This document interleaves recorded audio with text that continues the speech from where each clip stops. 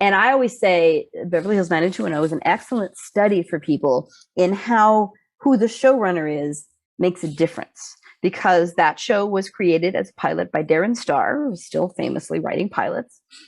And then he left, and the show was managed on a daily basis by Chuck Rosen. If you look at the pilot of 90210, it's really a bunch of rich kids in fancy clothes hanging out at the beach having bonfires. There's not a whole lot of meat to it. Two Ohio kids' dad moves to town because he's an accountant and he's going to work in Beverly Hills. And so their Midwest values meet Beverly Hills values. And that's all you get. Chuck took over, and he was the child of a surgeon at Cedars-Sinai. He grew up in Beverly Hills.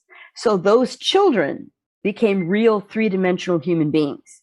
Because one of the issues is how do you connect to a character that's uber rich? Like, they have no problems because they're rich. And that's what most people would think, because we're not all rich.